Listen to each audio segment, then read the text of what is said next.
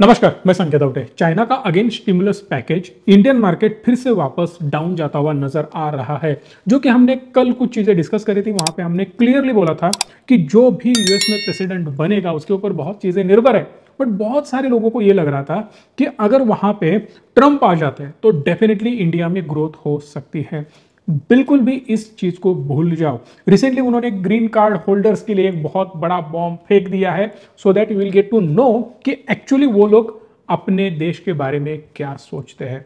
उनको किसी भी देश का बिल्कुल भी कुछ भी पड़ा नहीं है, वो सिंपली अपने और अपने ही देश के बारे में सोच रहे हैं। ये सिंपल वर्ड्स में मैं आपको बताना चाहता हूं। सिर्फ हमें अगर फायदा उठाना है ना, तो एग्रेसिवली मूव्स हमें उठाने होंगे, क्योंकि चाइना जिस तरीके से उन्होंने सोच बदल रखी है, या इलेक्शन का जो भी रिजल्ट होगा उसके लिए वो वेट कर रहे थे, विद इन सिंगल डे उन्होंने डिसीजंस लेना शुरू कर दिया है।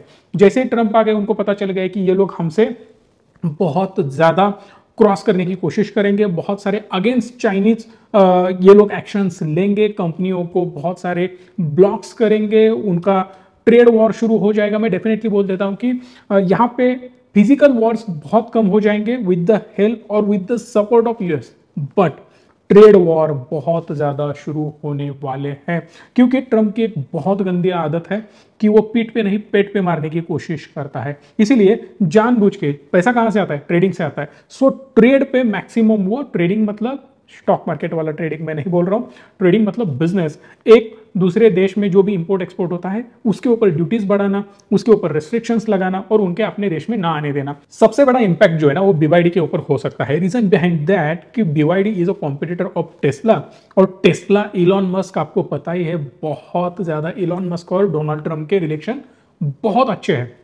अब डोनाल्ड ट्रंप जीत सकते हैं, पूरे सोशल मीडिया का कंट्रोल इलॉन मस्क के पास था, इसीलिए उन्होंने उसको सपोर्ट किया। उसका इंपैक्ट डेफिनेटली इलॉन मस्क की वेल्थ पे होता हुआ नजर आया है। बिलियंस में इलॉन मस्क की वेल्थ अब बढ़ चुकी है with in one day. Coins के, अगर क्रिप्टोज के देखे आपने, उनके जो कॉइन्स है, मैं जानबूझ के नाम नहीं लेना चाहता, 25 से 30% की ग्रोथ ऑलरेडी उन कॉइन्स में हो चुकी है। लाइक सेम वेज कुछ स्टॉक, कुछ सेक्टर और कुछ कंपनियां, कुछ देश को फायदा होने वाला है। सो वही हम डिस्कस करेंगे कि कहां पे फायदा हो सकता है। जो भी ये लोग स्टिमुलस पैकेज लेके आएंगे उसका पॉजिटिव इंपैक्ट चाइना पे डेफिनेटली होगा। लास्ट टाइम जब भी चाइना ने स्टिमुलस पैकेज जारी किया, उसका बहुत तगड़ा नेगेटिव इंपैक्ट इंडियन मार्केट पे हुआ था।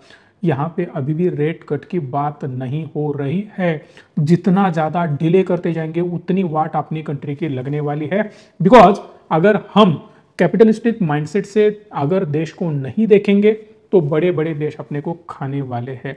सो जो भी डिस्कस चल रहा है कि India is a one of the biggest fastest growing economy, उसमें ब्रेक लगता हुआ भी नजर आ सकता है, अगर वैसे एक्शंस जिस प्रकार से यूएस ले रहा है, जिस प्रकार के चाइना ले रहा है। नो डाउट हम उतने बड़े डिसीजंस तो नहीं ले पाएंगे, but as compare to their decisions हमें उस लेवल पे कुछ कम क्वांटिटी में बोल सकते हो, या आप बोल सकते हो कि कम वॉल्यूम वाले डिसीजंस हमें लेने ही होंगे। अदरवाइज बहुत नेगेटिव इंपैक्ट अपनी इकोनॉमी पे होता हुआ नजर आएगा आगे जाके। यूएस का जो प्रेसिडेंट है वो कौन बनेगा ऑलरेडी हमें पता चल चुका है। दैट्स वाई चाइना ने एक्शंस ले लिए हैं।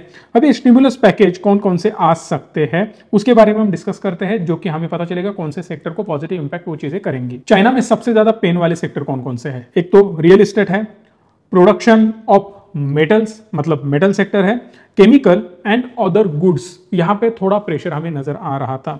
अगर हम स्टील की बात करें, केमिकल की बात करें, आपको याद होगा कि 2020 में बहुत ज्यादा डंपिंग चाइना ने अदर कंट्रीज में इसका किया था। जैसे ही डिमांड कम हो गई, सडनली उन्होंने जो भी माल बना के रखा था ना, वो अलग अलग कंट्रीज में डंप किया, उन कंट्रीज की वाट लगाई, सारी चीजें हुई। उसका नेगेटिव इंपैक्ट अपने कंट्री पे भी हुआ, अपने स्टॉक्स पे भी हुआ।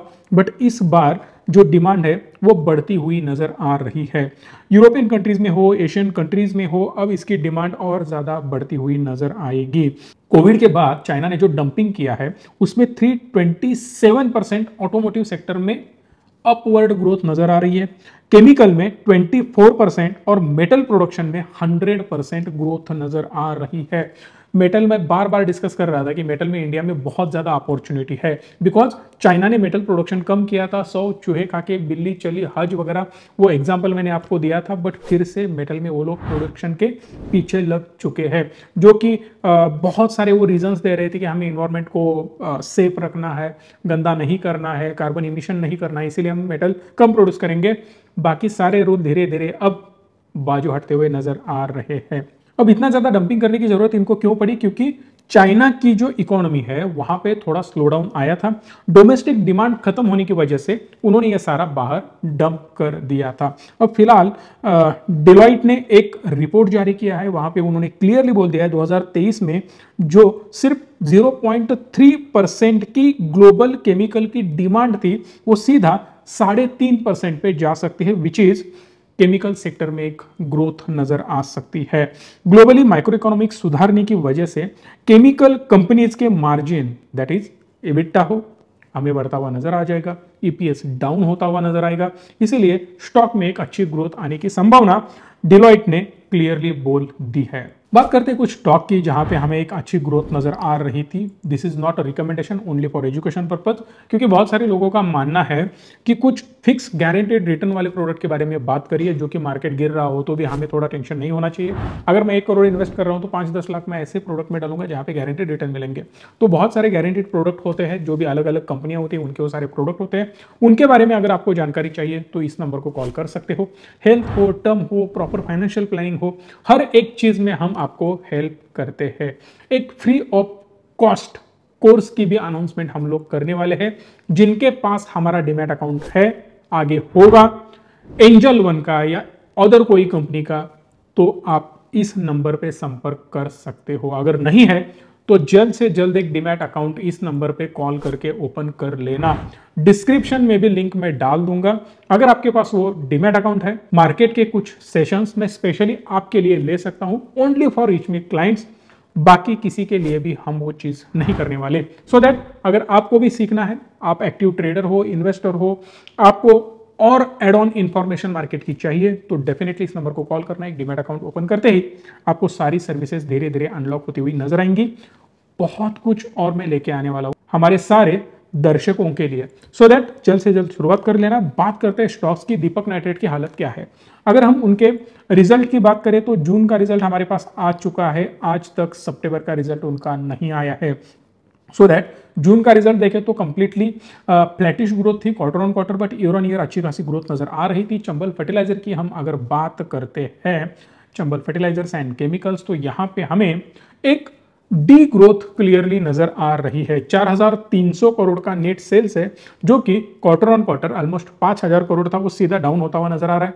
ईयर ऑन ईयर आप अगर देखो तो 5,300 करोड़ से सीधा 4,300 करोड़, 1,000 करोड़ का डिक्लाइन नजर आ रहा है, which is really worst and negative thing. और इसी वजह से धीरे धीरे आपको पीई रेशो भी बढ़ता हुआ नजर आएगा। बात करते हैं पीडीलाइट की, जहां पे 3,235 करोड़ का नेट सेल है, जहां पे ईयर ऑन ईयर मुझे ग्रोथ नजर आ रही है 100-150 करोड़ की, बट क्वार्टर ऑन क्वार्टर अगर आप देखो तो ये क्लियरली डिक्लाइन नजर आ रहा है। सो ऐसे सेक्टर में आपको एकदम ध्यान देके काम करना होगा। स्टील सेक्टर की अगर हम बात करते हैं तो 53,000 ऑलमोस्ट 54,000 करोड़ का सेल्स है, जो कि ईयर ऑन ईयर हमें डिक्लाइन नजर आ रहा है, क्वार्टर ऑन क्वार्टर भी डिक्लाइन नजर आ रहा है।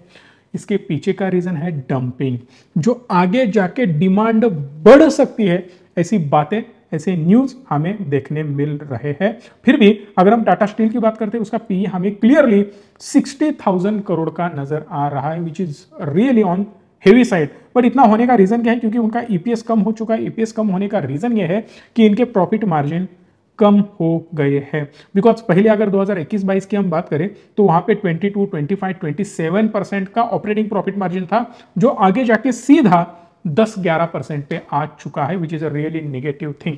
अब मेरे हिसाब से ये धीरे धीरे इंप्रूव करेगा। अब जो भी आने वाला समय होगा, स्टिमुलस पैकेज एग्जैक्ट नंबर के साथ जब अपने पास आ जाएगा ना, तो मैं इन डिटेल और सारी चीजें आपके साथ डिस्कस करने वाला हूं। सो फिलहाल अभी आपको एक काम करना है, जो भी मैंने एग्जांपल दिया ना, ऐसे और सारे स्टॉक ढूंढने हैं जिसका पी कम है, अच्छे वैल्यू पे मिल रहा है, उसके बारे में आप सोच सकते हो आगे जाके।